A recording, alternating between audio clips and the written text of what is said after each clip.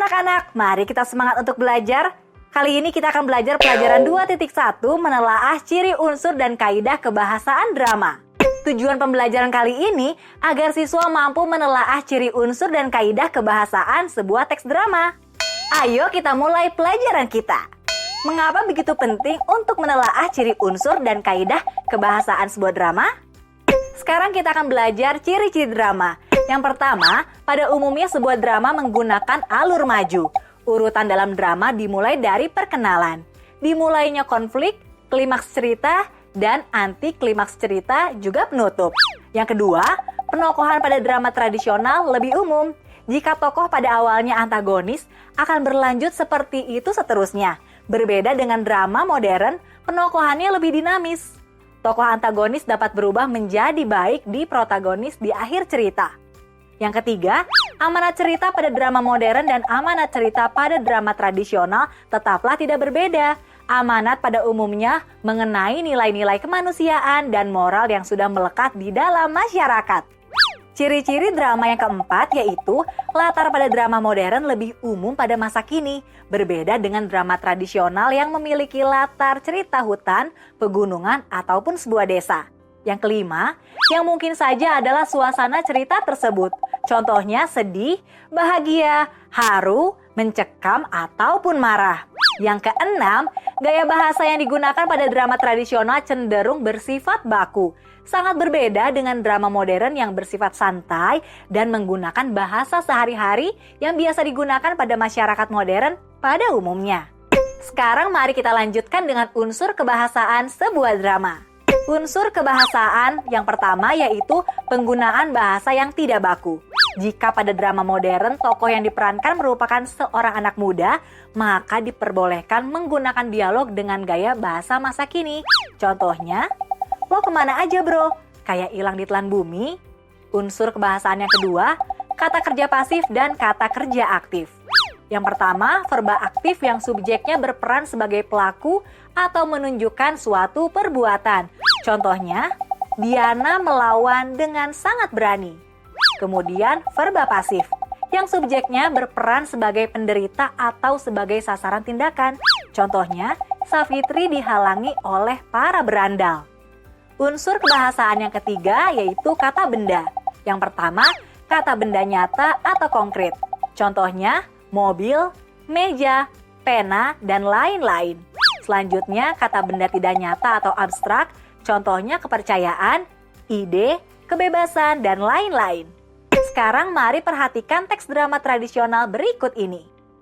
Teks drama, judul drama Imas dan Arang Emas. Penulis Jenny Ape, pemain Nya dan Imas, latar sekolah di ruang kelas, dan rumah di ruang keluarga. Durasi 15 menit. Pada suatu ketika di sebuah kampung di Jakarta, hidup satu keluarga yang terdiri dari ibu dan dua anak. Mereka hidup di bawah garis kemiskinan. Sang ibu harus berjualan arang setiap hari agar bisa makan, dibantu oleh anak perempuannya yang bernama Imas. Sedangkan anak laki-lakinya Jamil hanya bisa mencari ayam hutan untuk dimakan. "Imas, Imas, sini nak," katanya. "Iya Nyak, kenapa?" Imas pun menjawab. "Ini Imas, Nya minta tolong bawa uang ini ke rumah Nyonya Surti buat bayaran kontrakan kita." Sambil Nya menyerahkan beberapa lembar uang kepada Imas. "Iya Nyak, sekalian Imas jualan arang keliling ya Nyak. Nya di rumah aja istirahat biar cepat sembuh." Imas pergi ke rumah Nyonya Surti untuk membayar kontrakan. Saat di rumah Nyonya, Imas melihat bahwa anak sang Nyonya sedang sakit kulit. Kulitnya bersisik dan menimbulkan bau. Sesampainya di rumah Nyonya, Imas pun berkata, "Nyonya, ini uang kontrakan. Maaf telat, Aye sama Nya baru ada uang." Imas menyerahkan uang kepada Nyonya sambil menatap anak sang Nyonya. Sambil menghitung uang tersebut, Nyonya berkata, "Iye, pas nih ye, jangan telat lagi ya bayarnya." Ngapain ngeliatin anak Aye? Mau ngeledek lu ye?" Imas pun berkata, "Enggak Nyonya, Aye enggak ada maksud begitu. Kalau gitu, Aye pamit mau jualan." Imas keluar rumah sang Nyonya dan mulai berkeliling untuk menjual arang. Sudah berhari-hari arang jualan Imas belum habis juga. Di rumahnya sudah tidak ada lagi makanan, sedangkan sang abang belum mendapatkan tangkapan di hutan. "Imas, bikinin abang teh dong, capek bener nih aye." Abang Jamil yang kelelahan pulang dari hutan sambil duduk di kursi kayu. Kemudian Imas datang dengan segelas air putih. "Lah, pan gue mintanya teh, kok air putih? Bagaimana ceritanya?" Abang Jamil pun keheranan.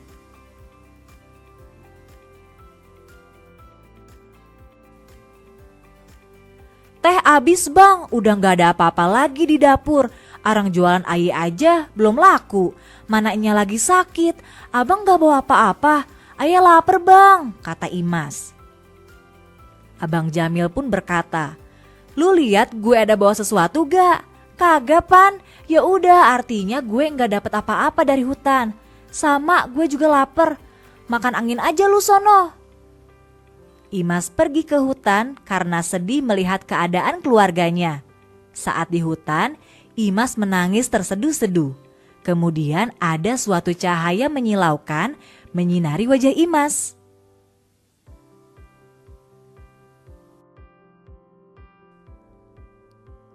Kaget sambil menutupi matanya, Imas berkata, "Wah, apaan nih?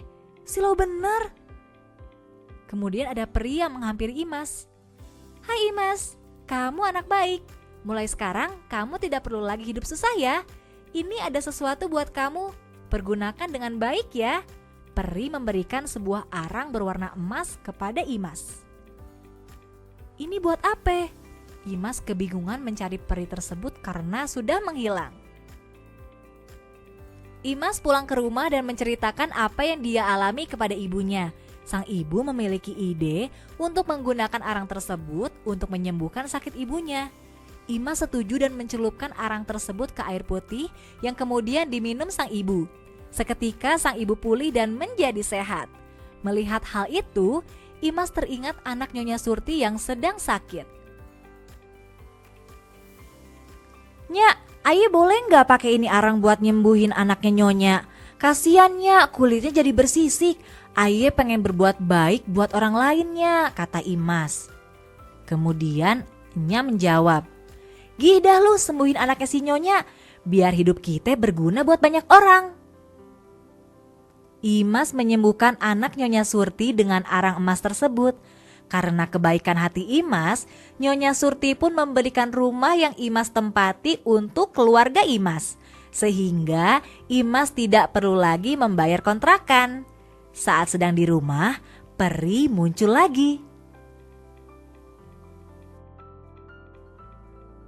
"Hai Imas, bagaimana kabar kamu?" Imas pun menjawab, "Aye baik peri, makasih ye buat arang emasnya. Ini aye balikin. Aye takut nanti salah gunain. Jadi aye balikin aja ke peri." Imas memutuskan untuk mengembalikan arang tersebut kepada peri. "Baiklah kalau itu pilihan kamu. Semoga kamu dan keluargamu sehat dan bahagia selalu ya." Peri tersebut menghilang. Meski Imas masih harus berjualan arang dan Abang Jamil mencari di hutan untuk makan, tetapi mereka sekarang tidak perlu lagi memusingkan perkara uang kontrakan dan penyakit ibu mereka. Marilah kita mencermati teks drama Imas dan Arang Emas dan lengkapilah tabel berikut ini. Tabel teks drama Imas dan Arang Emas. Keterangan bahasa tidak baku. Contohnya kontrakan kita, mau ngeledek lu ye. Lu, aye, ane, sono, ape. Silau bener. Gila dah lu. Contoh lainnya, telat aye. Pan gue mintanya. Bagaimana ceritanya? Pakai ini, hidup kita. Tabel teks drama Imas dan Arang Emas. Keterangan verba. Contohnya, menyerahkan, membayar, berkeliling, menangis. Contoh lainnya, kaget, menyembuhkan, menghilang, menyinari. Tabel teks drama Imas dan Arang Emas. Keterangan nomina. Contoh, arang, uang, kursi. Contoh lainnya, keadaan, berbuat, sehat. Pelajaran 2.1 menelaah ciri unsur dan kaidah kebahasan drama telah kita pelajari. Sekarang mari kerjakan latihan yang terdapat dalam buku kegiatanmu. Semangat!